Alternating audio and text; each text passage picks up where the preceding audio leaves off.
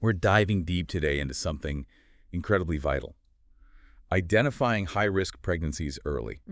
It's such a serious situation when complications pop up during pregnancy, putting both the mother and the baby at risk. Absolutely. So getting a hand around those risks like as soon as possible, that's just crucial for everyone involved. That's exactly right. And when we talk about a high-risk pregnancy, we mean there are factors that really bump up the chances of health problems for the pregnant person, the baby developing, or, the newborn. Right. And as research has shown, pinpointing these situations early, it can make a massive difference. It can really help cut down on deaths around birth, pregnancy complications, issues for the baby. But that's the tricky part, isn't it? Spotting these high-risk pregnancies early on. Yeah. It's not always simple. It often takes specialized knowledge and really sharp skills. And the study we're looking at today, the one from China, it really points out that, less experienced medical staff might struggle a bit to accurately figure out how risky a pregnancy is. Exactly. If you're just relying on clinical judgment alone, especially if the healthcare providers are maybe newer, still building up that expertise, you can get inconsistencies. Okay. And that's where technology, potentially offers a really interesting way forward. So we're going to explore this study that looks at how machine learning might give us a more efficient, and this is key, a more accurate way to predict which pregnancies are high risk. Like a decision support tool.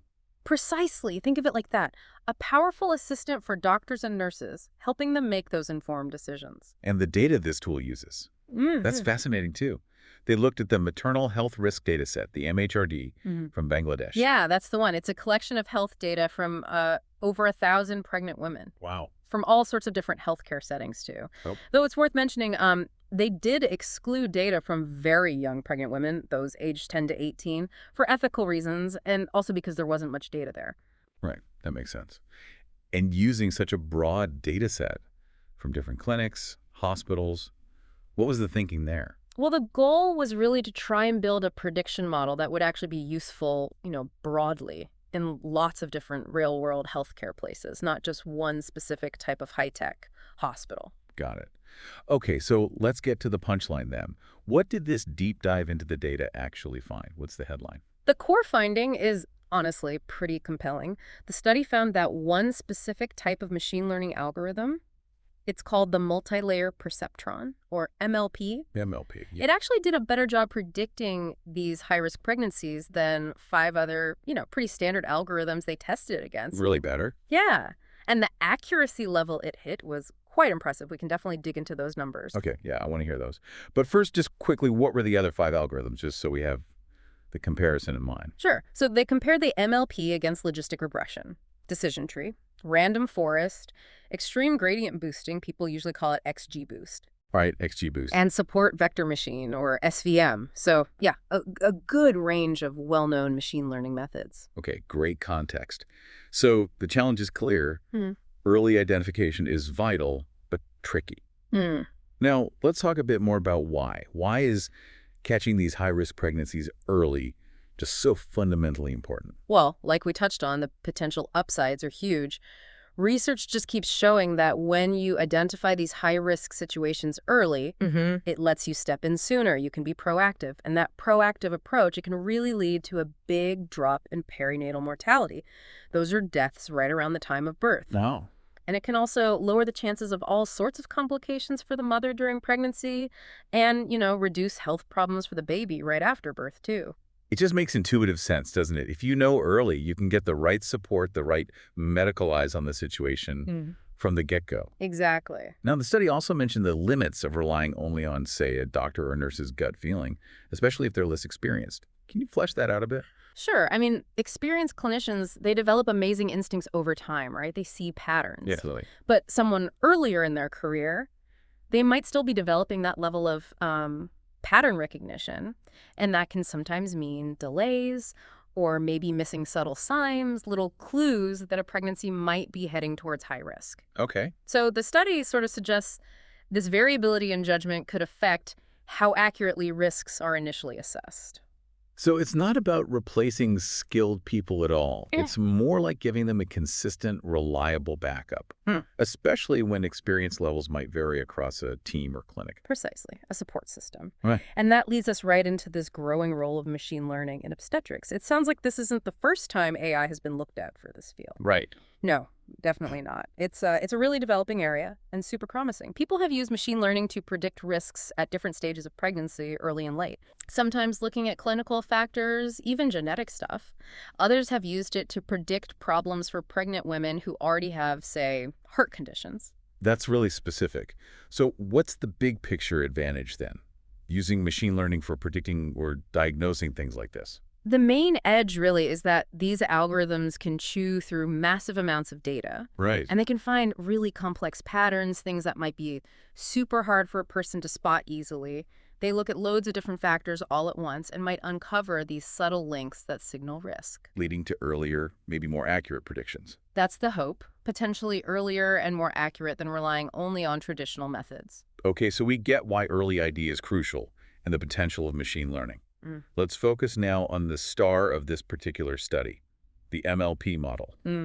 Why machine learning generally, and then why this algorithm, the MLP. So the researchers, they specifically wanted to tackle what they saw as a bit of a gap in the research. While, yeah, machine learning had been used for pregnancy risks before, they felt there wasn't enough focus specifically on how well MLP models could do this job. They wanted to test if this specific kind of neural network, the MLP, could actually offer, better predictive power compared to the other common methods. Gotcha. And what kind of info did this MLP model need? What were the inputs? It used pretty fundamental clinical measurements, actually. Things like the pregnant woman's age, systolic and diastolic blood pressure, blood glucose levels, body temperature, and heart rate. So, standard stuff. Exactly. And what's really notable is that these are all things that are, routinely checked during prenatal care anyway. Right. Which makes the model potentially really practical. You don't need fancy, expensive tests to feed it the data it needs. Simple inputs, potentially powerful predictions. Interesting. Now, can you give us a peek under the hood? How was this MLP model actually built? What's the structure like? Sure. So the MLP they designed, it had 3 hidden layers. Think of these as layers of processing between the input and the final output. Okay, 3 layers. The first had 256 neurons, the second 128, and the third 64. And each of these layers used something called a ReLU activation function. ReLU? Yeah, it's basically like an on-off switch that helps the model learn complex patterns without getting sort of bogged down. Okay. And then the final layer, the output layer, used a softmax function.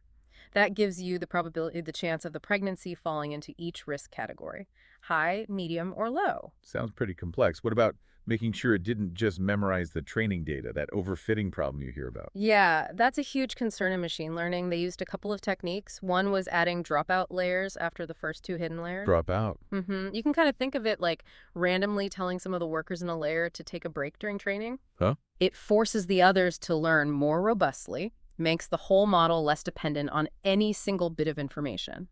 They also used a standard atom optimizer to guide the learning process. Right. A specific learning rate, cross-entropy loss function, process data in batches, and, really importantly, they used early stopping. What's that? It means the training automatically stops if the model's performance on a separate validation dataset stops improving for a certain number of rounds. It's another key way to prevent that overfitting. Okay, that sounds like a really careful, thorough way to build and train it. Yeah. What about the data itself? Did they have to prep it first? Oh, absolutely. Data prep is always a massive step. They started by cleaning the data set, getting rid of errors, duplicates, irrelevant stuff. Like the under 18s we mentioned. Exactly. Then they had to turn the risk levels high, medium, low into numbers. High equals 2, medium 1, low is 0. Machines like numbers. Right. Then they split the whole data set, that 1,000+ women, into a training set, that was 80% of the data, and a testing set, the other 20%. Okay. Train on most, test on the rest. And they used stratified random sampling for the split. That just makes sure the proportions of high, medium, and low risk were roughly the same in both the training and testing groups.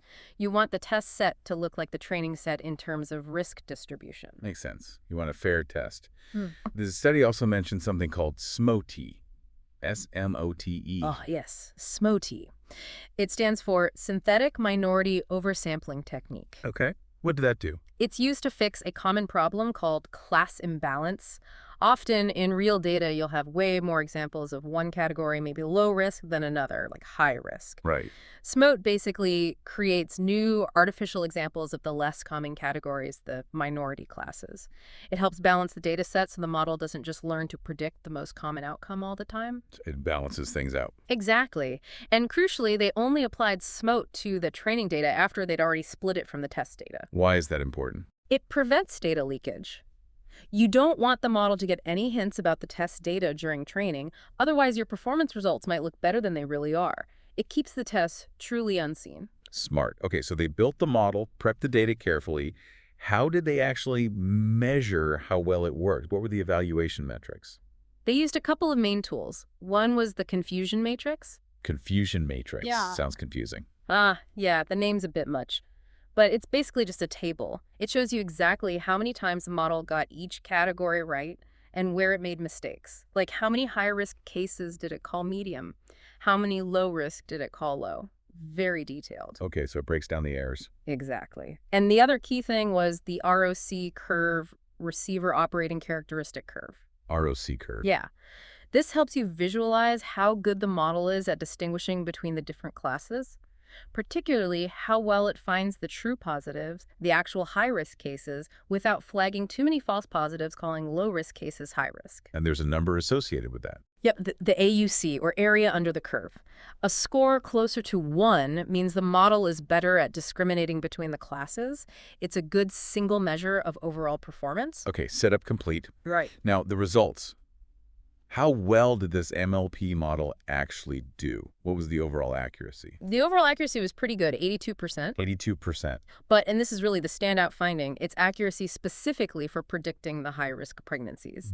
That hit 91%. Wow, 91%. That seems really significant, especially for the most critical group. Absolutely. Because correctly catching those high-risk cases is, the top priority for getting the right care in place quickly. Definitely. And how did that 91% stack up against the other algorithms they tested? Did the MLP really outperform them? It did, according to this study. When they compared, logistic regression had the lowest performance overall, about 61% accuracy and only 59% precision for high risk. Oof, okay. Random forest did the best out of the other algorithms. It got 78% overall accuracy and 79% precision for high risk. Better, but Still not hitting that MLP level. Exactly. The MLP in their comparison figures showed 81% overall accuracy and 82% precision for high risk. The researchers really emphasized that their specific MLP setup seemed superior across the metrics they looked at. So a clear win for MLP in this context. Yeah. Can we break down the MLP's performance a bit more? How did it do on medium and low risk? Yeah, absolutely. So we know high risk was 91% accuracy, 91% recall, 91% F1 score. Those are other ways to measure performance. And that near perfect AUC of 0.99. 0.99 AUC for high risk. Wow. Yeah, really strong indicator there. For medium risk, the accuracy was 80%, recall was 83%, F1 was 81%, and the AUC was 0.91. Still pretty good. Right. And for low risk, the accuracy was 77%, recall 73%, F1 75%, and the AUC was also 0.91. So consistently good performance, but really excelling at that high-risk identification. That's the main takeaway, yeah. And that confusion matrix you mentioned earlier, the table showing the errors, what did the normalized version of that reveal? Right, the normalized one shows percentages, which is easier to grasp. It confirmed that 91% of the actual high-risk cases were correctly flagged as high risk. Okay. For the few high-risk cases it missed, only 2% were misclassified way down as low risk, and 7% were misclassified as medium. So not too many drastic errors there. That's good. How about the other end? Low risk. For low-risk pregnancies, 83% were correctly identified. The main error was misclassifying 14% of them as medium risk. Okay, and medium. Medium risk was the trickiest, it seems. It had 73% accuracy. About 24% of medium risk cases were misclassified as low risk, and only a tiny 3% were misclassified upwards as high risk. Interesting breakdown. So it seems especially reliable at confirming high risk and reasonably good elsewhere, though maybe a bit cautious, sometimes underestimating medium risk. That's a fair summary. And the ROC curve analysis really backed up that strength in high risk detection. Also, Well, that very high AUC of 0.99 for high risk, it means the model can achieve a really high true positive rate, catching the actual high-risk cases while keeping the false positive rate incredibly low. It's not crying wolf very often, basically. Okay, so the model looks technically sound, performs well, especially on the crucial high-risk group. What does this all mean, though? What are the bigger implications here? Well, the significance could be quite large, really. Think about clinical nurses, doctors doing those prenatal checks. A tool like this could give them really valuable support Oh, by helping them make more precise, data-backed risk assessments. It's another piece of objective information to consider alongside their own clinical judgment. And that could lead to more appropriate, more timely care decisions. and that targeted care, getting the right level of attention to the right people, that can improve outcomes, right? Absolutely. If you can accurately predict who's at higher risk, you can tailor the care plan. More monitoring, maybe specialist consultations, whatever's needed. Hmm. This focused approach could lead to smoother pregnancies, fewer complications overall. And the study kind of links this to, the fact that we're seeing more high-risk pregnancies these days due to various Like factors. what? Things like older maternal age, more use of assisted reproductive technologies. The study mentioned the context in China with the universal two-child policy potentially playing a role too. So the need for good risk assessment is arguably growing. So a tool like this isn't just helpful, it might become increasingly necessary to manage that complexity. That's a strong possibility. And the ultimate goal, of course, is improving health. Right. By getting that early identification right and enabling those timely interventions, this kind of tech has real potential to cut down on maternal and neonatal morbidity, that's illness and, tragically, mortality rates too. That's the bottom line. Beyond the purely physical health, though, the study mentions psychological benefits. How would that work? Well, think about it. Getting told your pregnancy is high risk, that's understandably stressful, right? And Yeah. causes anxiety. For sure. So, if a predictive tool helps ensure that the people who really are high risk get the focused care they need, maybe that reduces some uncertainty and worry for everyone else. And even for those identified as high risk, knowing that it's being carefully watched and managed based on good data, that could be psychologically beneficial too. Less feeling adrift, perhaps. That's a really interesting point. And the model wasn't just accurate, it was fast, too. Yeah, they highlighted the efficiency. Apparently, with the right hardware, they mentioned a specific NVIDIA GPU, it could process 500 sets of data per second. 500 per second. Wow. Yeah, so potentially that could really ease the workload for staff in busy clinics, help manage resources better. That speed makes implementation seem much more feasible. And what about using it on new patients? Did they feel confident it would work well on data it hadn't seen before? Yeah. That generalization aspect? They seemed confident, yes. They pointed to the methods they used, like applying SOPI correctly only to the training data and using that early stopping technique. Those things specifically help the model generalize better. It makes it less likely to be overtuned to the specific data it learned from and more likely to work well on new, unseen patients. Which is critical for real-world use. Absolutely. So the researchers really frame this MLT model as a valuable decision support tool, not replacing clinicians, but empowering them to act proactively and hopefully improve outcomes for mothers and babies. Okay, so let's sort of wrap this up. This deep dive into predicting high-risk pregnancies with machine learning. It really highlights the potential, doesn't it?